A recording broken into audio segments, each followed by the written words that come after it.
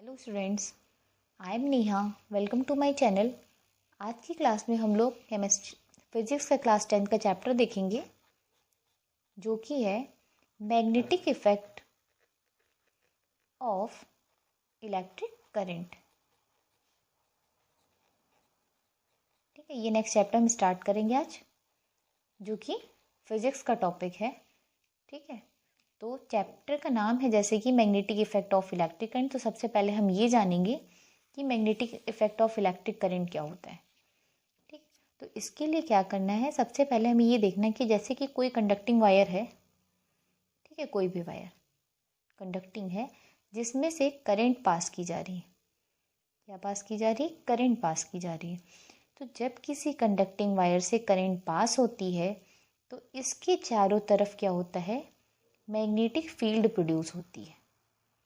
ठीक है, वायर था और वायर में क्या हुआ, करंट पास की गई और इसके चारों तरफ क्या हुआ, इलेक्ट्रिसिटी प्रोड्यूस हुई। तो ये प्रोसेस जो होता है वो क्या कहलाता है, magnetic effect of electric current. मतलब कि करंट के फ्लो होने पर मैग्नेटिक फील्ड का प्रोड्यूस होना, यही है चैप्टर। ठीक, तो सबसे पहले हम ये देखेंगे कि मैग्नेटिक फील्ड क्या होती है। देखिए मैग्नेटिक फील्ड, इसमें क्या हो जाएगा, जैसे कि फील्ड का मतलब क्या हो गया, स्पेस हो गया। तो जितने स्पेस तक की मैग्नेटिज्म को फील किया जाता है वो स्पेस क्या कहलाता है, मैग्नेटिक फील्ड कहलाता है। जैसे कि आप एक नॉर्मल सा एग्जांपल ले लीजिए। मान लेते हैं आपके पास एक मैग्नेट है। ठीक है, मैग्नेट में कौन से पोल्स होते हैं, दो पोल्स होते हैं, एक नॉर्थ पोल होता है और एक साउथ पोल होता है, दो पोल्स होते हैं। ठीक, तो एक चीज़ ध्यान रखिएगा कि जब नॉर्थ और साउथ होते हैं तो ये आपस में एक दूसरे को क्या करते हैं, अट्रैक्ट करते हैं। यानी अपोजिट जो पोल्स होते हैं वो एक दूसरे को क्या करेंगे, अट्रैक्ट करेंगे। बट अगर सेम पोल्स हैं, सेम पोल्स का सेंस होगा या तो नॉर्थ हो दोनों तरफ या फिर क्या हो, दोनों तरफ साउथ हो, तो ये दोनों एक दूसरे को क्या करेंगे, रिपल करेंगे। तो रिपल करने में क्या हो जाएगा, ये एक दूसरे से दूर जाएंगे, तो ये इधर चला जाएगा और ये इधर चला जाएगा। ठीक, अपने अपने साइड चले जाएंगे, अट्रैक्ट नहीं करेंगे। तो जब सेम पोल्स होते हैं तो अट्रैक्ट करते हैं और जब अपोजिट पोल होते हैं तो क्या करते हैं, रिपेल करते हैं। ठीक है, अब एक चीज़ आप देखिए, आपने कभी देखा होगा मैग्नेट को, जब क्या होता है, एक मैग्नेट इस साइड रखा हुआ, दूसरा मैग्नेट अगर हम इतने स्पेस तक लाते हैं तो एक दूसरे को अट्रैक्ट करेंगे। ये एन है, ये एस है, ये एक दूसरे को क्या करेंगे, अट्रैक्ट करेंगे। ठीक, अब मान लेते हैं एक बार एन वाला जो है यहाँ पे रखा हुआ है और एस वाले को हमने यहाँ रख दिया, तो क्या एक दूसरे को ये अट्रैक्ट करेंगे?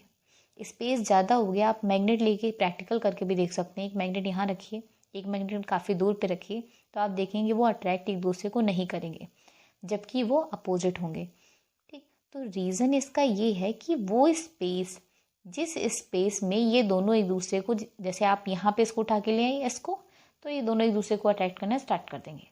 तो जो ये स्पेस होगा इतना, जहाँ तक इसमें अट्रैक्शन पावर शो कर रही है, ये क्या कहलाएगा, आपका मैग्नेटिक फील्ड कहलाएगा। ठीक है, और क्या होता है, और एक चीज़ और आप अगर दूसरे वर्ड्स में कहना चाहें तो कह सकते हैं कि एक कंपास निडल होती है, आपने देखा होगा, जिसमें दो ही पोल दिखाते हैं, एक नॉर्थ दिखाता है और एक साउथ दिखाता है। ठीक है, तो अगर आप कहीं जिस जगह पे आप डायरेक्शन नहीं गेस कर पा रहे, उस जगह अगर आप ये कंपास निडल लेकर के चलते हैं तो वो हमेशा नॉर्थ और साउथ डायरेक्शन में आके रुक जाती है। ठीक है, तो कहने का सेंस ये है कि मैग्नेटिक फील्ड क्या होता है, वो इस जगह होती है या वो स्पेस होता है जहाँ पे कंपास निडल क्या होती है, मूवमेंट करती है या मैग्नेटिज्म को फील करती है। ठीक, चलिए मैग्नेटिक फील्ड की डेफिनेशन देख लेते हैं। तो मैग्नेटिक फील्ड की डेफिनेशन अगर हम लिखना चाहें तो क्या हो जाएगा, the space around which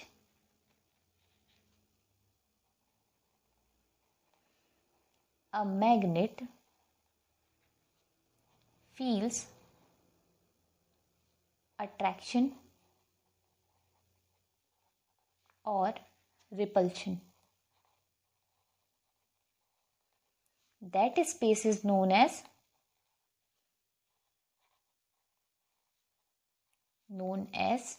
magnetic field. ठीक है, ये हो गया मैग्नेटिक फील्ड के बारे में। अब अगर आपसे पूछा जाए कि जो मैग्नेटिक फील्ड होती है इसकी यूनिट क्या होती है, बहुत इंपॉर्टेंट चीज़ है, हमेशा ध्यान रखिएगा। यूनिट इसकी दो होती हैं, एक होती है वेबर पर मीटर स्क्वायर और दूसरी होती है टेस्ला। क्या होती है? टेस्ला। इसको हम किससे रिप्रेजेंट करते हैं? कैपिटल टी से रिप्रेजेंट करते हैं, ठीक है। और एक गॉस भी होती है, ठीक है, वो गॉस छोटी यूनिट होती है। तो गॉस में क्या होता है, अगर आपसे पूछा जाए कि 1 गॉस जो है वो कितने वेबर पर मीटर स्क्वायर के इक्वल होता है, तो आप क्या बताएंगे कि 1 gauss is equals to 10⁻⁻4 weber per metre square. Relation याद कर लीजिएगा, ये न्यूमेरिकल में आपको काम देगा कि अगर कहीं गॉस में है तो उसको हमें वेबर में चेंज करना होगा, और उसको चेंज करने के लिए हमें क्या करना पड़ेगा, 10⁻⁻4 से मल्टीप्लाई करना पड़ेगा, तब यूनिट कन्वर्ट हो जाएगी और हम आसानी से न्यूमेरिकल कर लेंगे, ठीक है। अब हम क्या देखेंगे, मैग्नेटिक फील्ड लाइंस के बारे में। अब जब मैग्नेटिक, आपको पता है कि मैग्नेट्स होते हैं, एक है नॉर्थ और एक है साउथ, तो ये अट्रैक्ट कर रहे हैं, तो इनके बीच में क्या होंगी, बहुत सारी मैग्नेटिक फील्ड लाइंस होती होगी जो हम देख नहीं पाते हैं बट होती हैं, ठीक है। तो ये इमेजिनरी लाइंस होती हैं जो हम ऑब्जर्व अपनी आइज से नहीं कर सकते। तो वो जो लाइंस होती हैं हम उनके बारे में देखेंगे कि इनकी प्रॉपर्टीज़ क्या होती हैं, ठीक है। इसके बाद देखते हैं मैग्नेटिक फील्ड लाइंस। तो देखिए मैग्नेटिक फील्ड लाइंस क्या होती हैं। जैसे कि मैग्नेट है, इसमें हमने आपको क्या बताया, 2 पोल्स होते हैं। एक कौन सा पोल होता है, नॉर्थ पोल, और दूसरा कौन सा होता है, साउथ पोल, ठीक है। किसी को भी किधर भी कर सकते हैं, एन और एस पोल हो गए 2, ठीक।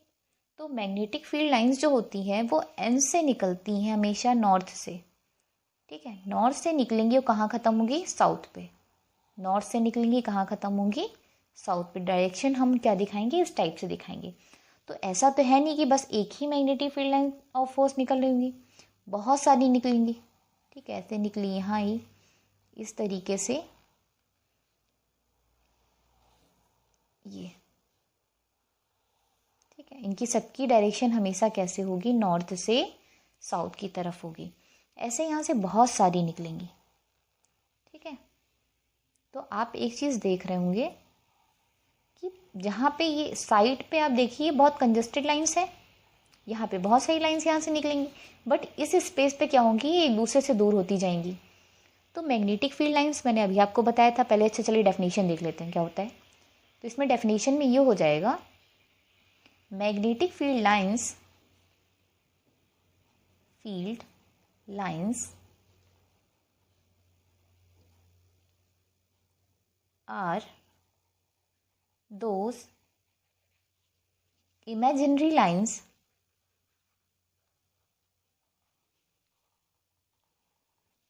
which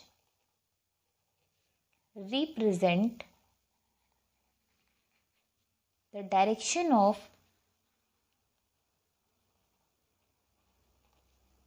magnetic field, ठीक है। तो क्या हो जाएगा, मैग्नेटिक फील्ड लाइंस क्या होती है, इमेजिनरी लाइंस होती हैं जो कि मैग्नेटिक फील्ड की डायरेक्शन के बारे में बताती हैं। अभी हम इनकी प्रॉपर्टीज़ को देखेंगे। तो प्रॉपर्टीज़ में हम आपको क्या क्या बताएंगे, सबसे पहली चीज़ तो हम ये बताएंगे कि जो मैग्नेटिक फील्ड लाइंस होती हैं वो स्ट्रॉन्गर कहाँ पे होती हैं, एंड पॉइंट पे। आपको मैंने क्या बताया कि यहाँ से बहुत सारी निकलेंगी, तो यहाँ पे बहुत क्लोज होंगी, बट यहाँ आके थोड़ा सा दूर हो जाएंगी। तो एंड पॉइंट पे हमेशा जो है मैग्नेटिक फील्ड लाइंस क्या होंगी, बहुत ही स्ट्रॉन्ग होंगी, और जैसे जैसे ये दूर जाएंगी वैसे वैसे क्या होगी, वीक होती जाएंगी। और सबसे पहली प्रॉपर्टी अगर हम लिखना चाहें और तो क्या हो जाएगी कि जो मैग्नेटिक फील्ड लाइंस हैं वो ऑलवेज स्टार्ट कहाँ से होती है, नॉर्थ पोल से, और एंड कहाँ होती है, साउथ पोल पे। तो सबसे पहली प्रॉपर्टी लिख लेते हैं, magnetic field lines starts from which pole, north pole, and ends at south pole। ये हो गया पहला पॉइंट, ठीक है। अब दूसरी प्रॉपर्टी में हम क्या देखेंगे, दूसरे में इस तरीके से हो जाएगा the tangent drawn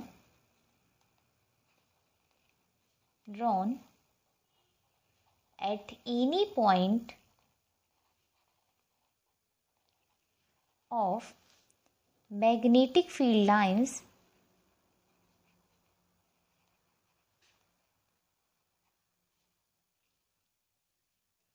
presents a direction of magnetic field। अब ये कैसे होगा, ये देखिए आप।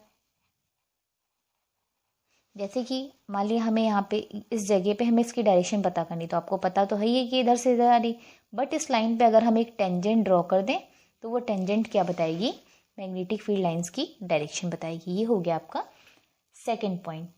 ठीक है, थर्ड पॉइंट जो है वो बहुत ही ज़्यादा इम्पॉर्टेंट है, इसे आप याद रखिएगा, इसका क्वेश्चन अक्सर आता है।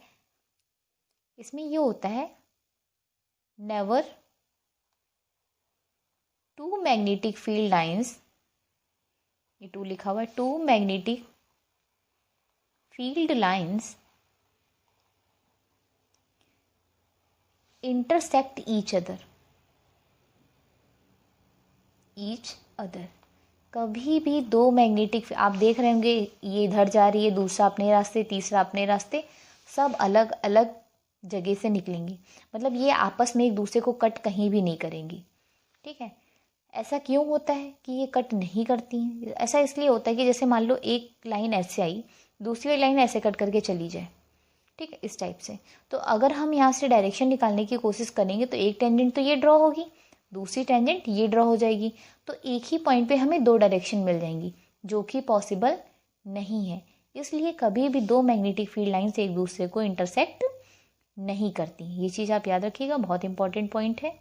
और इसका रीज़न भी आता है कि आप एक्सप्लेन करिए कि कभी भी दो मैग्नेटिक फील्ड लाइंस एक दूसरे को इंटरसेक्ट क्यों नहीं करती हैं। तो रीज़न आप क्या बताएंगे, रीज़न आप ये बताएंगे कि अगर वो इंटरसेक्ट कर देंगी तो वहाँ पे हमें जब टेंजेंट ड्रॉ करेंगे तो दो डायरेक्शंस मिलेंगी, और एक ही पॉइंट पे दो डायरेक्शन का मिलना पॉसिबल नहीं है। इस वजह से वो कभी भी एक दूसरे को इंटरसेक्ट नहीं करती हैं। और एक जो मैंने अभी आपको पॉइंट बताया था वो भी देख लीजिए, magnetic field lines are stronger eight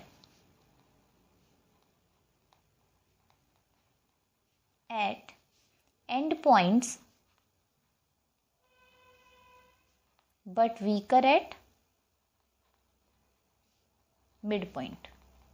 अभी मैं आपको इसका रीज़न बताऊंगी कि ऐसा क्यों होता है कि स्ट्रॉन्गर जो है हमेशा मतलब जो एंड पॉइंट होते हैं उस पर होता है। आपने कभी मैग्नेट दो ली हों और उनको एक दूसरे को पास लाए हों, तो आपने हमेशा उनके जो कॉर्नर्स होते हैं उनको एक पास लाते तो वो जल्दी अट्रैक्ट करते हैं, ये आपने देखा होगा। अपोजिट हैं तो अगर सेम होंगे तो रिपल करेंगे। क्या आप इसको एक मैग्नेट इस तरीके से रखिए, दूसरा मैग्नेट ऐसे रखिए, कभी आपने ऐसे रख, क्या ये एक दूसरे को अट्रैक्ट करते आपको दिखेंगे? करेंगे अट्रैक्ट, ऐसा नहीं कि नहीं करेंगे, बट जितना स्ट्रांगली ये अट्रैक्ट कर रहे हैं उतना स्ट्रांगली ये एक दूसरे को अट्रैक्ट नहीं करेंगे। इसीलिए मैंने आपको रीज़न बताया कि एंड पॉइंट पे हमेशा मैग्नेटिक फील्ड लाइंस या क्या होती हैं, स्ट्रॉन्गर होती हैं in comparison to mid point. ठीक है, आप इसी से रिलेटेड मैं आपको बता दूं, अगर आपसे पूछा जाए कि यूनिफॉर्म जो है मैग्नेटिक फील्ड कैसी होती है, तो आप उसके बारे में क्या बताएंगे? तो यूनिफॉर्म मैग्नेटिक फील्ड के बारे में अगर आपसे पूछा जाएगा, यूनिफॉर्म मैग्नेटिक फील्ड, तो आप उसका फिगर क्या बताएंगे? यूनिफॉर्म मैग्नेटिक फील्ड हमेशा इस टाइप से होती हैं, पैरेलल होती हैं और एक दूसरे से क्या होती हैं, इक्विडिस्टेंट होती हैं। इनके सबके बीच की डिस्टेंस भी क्या होती है, सेम होती है। तो आप एक चीज़ इसमें ध्यान रखिएगा कि यूनिफॉर्म मैग्नेटिक फील्ड कैसी होती हैं, always parallel and equidistant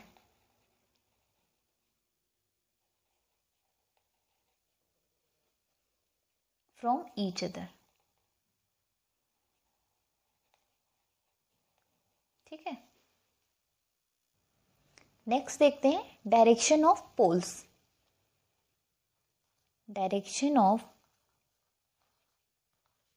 poles, अब आप बताइए पोल्स आपको मैंने कितने टाइप्स की बताई? 2 टाइप्स की। एक कौन सी पोल होती है? North pole. और दूसरी कौन सी होती है? South pole. ठीक है, नॉर्थ पोल और साउथ पोल। तो आपको इसकी डायरेक्शन जब पूछी जाएगी कि नॉर्थ पोल कैसा, तो एन को आप कुछ इस टाइप से बनाइए, बन जाएगा ये एरो और ये एरो। ध्यान से देखिए, ये एरो कुछ इस टाइप से घूमती हुई दिख रही है। ठीक है, इस टाइप से घूम रही है, मतलब क्लॉक के उल्टा घूम रही है। तो क्लॉक के उल्टा जब घूमती है तो डायरेक्शन कैसी हो जाती है? Anti clockwise. ठीक, और एस को देखिए बनाने की कोशिश कर, एस को ऐसे बढ़ा दिया और इस एस को इस टाइप से बढ़ा दिया, तो ये कैसे घूम रही है? ये क्लॉकवाइज घूम रही है। तो क्लॉकवाइज घूमेगी तो इसकी डायरेक्शन क्या हो जाएगी? क्लॉकवाइज। ध्यान रखिएगा, साउथ पोल हमेशा क्लॉकवाइज बिहेव करता है, मतलब क्लॉकवाइज मूव करता है, और नॉर्थ पोल हमेशा कैसे मूव करता है? Anti clockwise. ठीक है, अब इसके बाद हम नेक्स्ट टॉपिक देख रहे हैं, बायोट सेवर्ट लॉ। बहुत इंपॉर्टेंट लॉ है जो कि मैग्नेटिक फील्ड फाइंड करने के लिए यूज़ किया जाता है। तो देखिए जरा बायोट सेवर्ट लॉ क्या होता है, क्या नाम है इसका? Biot Savart law.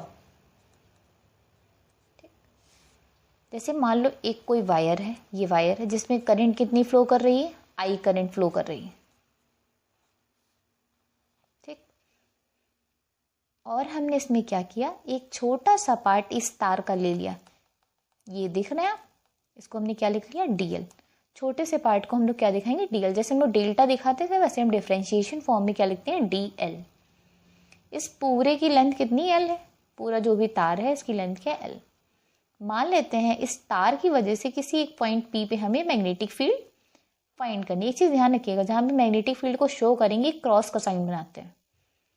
ठीक, तो हम यहाँ से इस पॉइंट को ऐसे मिला देंगे और ये डिस्टेंस क्या हो जाएगी आपकी? आर। और जो ये एंगल बन रहा है ये वाला, इसके साथ ये कितना है? थीटा। तो होता ये है बायोट सेवर्ट लॉ के अकॉर्डिंग, जब स्मॉल एलिमेंट लिया तो यहाँ पे जो मैग्नेटिक फील्ड प्रोड्यूस होगी वो भी क्या होती है? स्मॉल प्रोड्यूस होती है। ठीक, तो किस तरीके से डेफिनेशन लिखते हैं आप देखिएगा, सिर्फ इन टर्म्स को डिफाइन करना है कि मैग्नेटिक फील्ड की इंडियन चीज़ों पे डिपेंड कर रही है। थोड़ी सी लैंग्वेज लिखनी है, क्या लिखेंगे? According to Biot Savart law,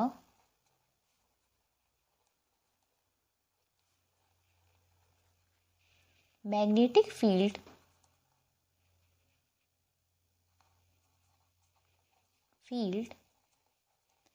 is directly proportional to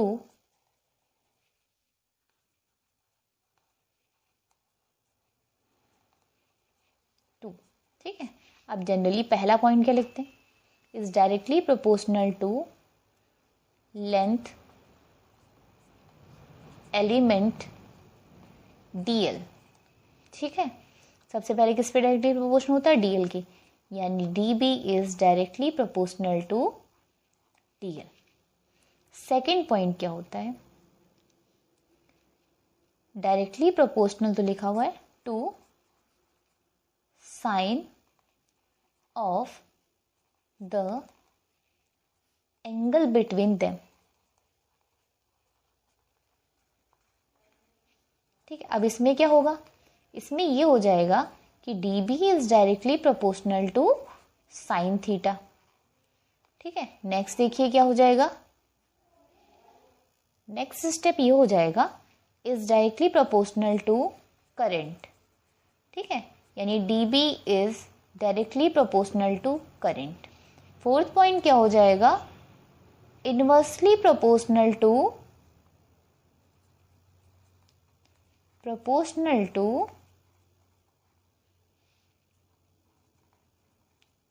square of the distance between them.